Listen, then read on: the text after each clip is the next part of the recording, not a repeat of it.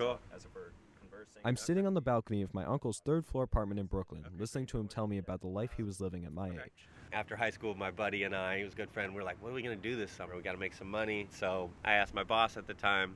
My boss is called Chainsaw Mike. I said, Mike, what are we going to do this summer?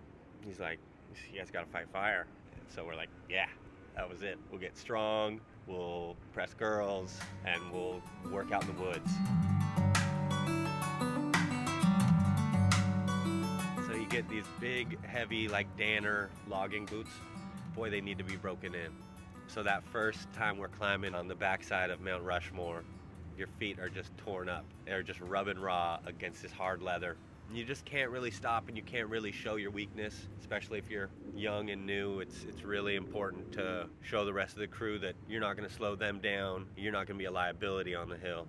I remember we coyote camped, which means you actually sleep on the fire line that first night. And I remember I talked in my sleep that night, and my buddy who was there, he heard me, and I guess I was going to sleep, and I was like, medic, medic. So it was subconsciously I was calling out for help. But, we made it through that first night, and your blisters heal and your boots get worn in, and you start to get a feel for it. You almost look forward to getting those boots on first thing, because it means, all right, now I know I'm ready to go. The more you get comfortable, the harder it is to get back to what's hard.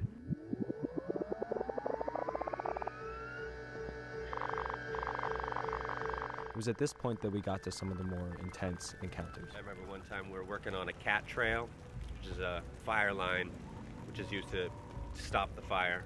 And we were doing a back burn to get rid of the fuels between you and the fire. So we're up on the top of this cat trail, and our job is to watch to make sure the fire doesn't go onto the other side. And it's at the top of a ridge, and they're burning. And usually you'd use a drip torch, which is basically like napalm, like a gasoline that just kind of drips, and a little bit of fire that comes out of like a canister. And they'll usually just walk with it so they can go slowly and control the burn. But they did a helicopter burn. So they had a similar mechanism, but it was hanging from a helicopter. And they just flew along this side of the ridge and dripped fire the whole way.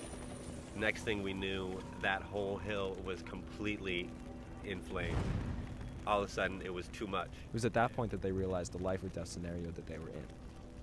They found themselves running up the mountain at full speed, packs on their back, with all their gear and equipment on, running through smoke in their attempts to make it out alive. We just ran and threw our tools in and jumped in the back of that truck, peeled off and drove down the road until we were safe. For now, he says, his firefighting days are over. Probably the last time. We'll see. But I always kind of get a itch or a burning for it once you start to hear things are burning again. You always kind of think about your boys out there who are gearing up and getting ready, and you want to be there with them. I've been trying to find a want to give, but I've got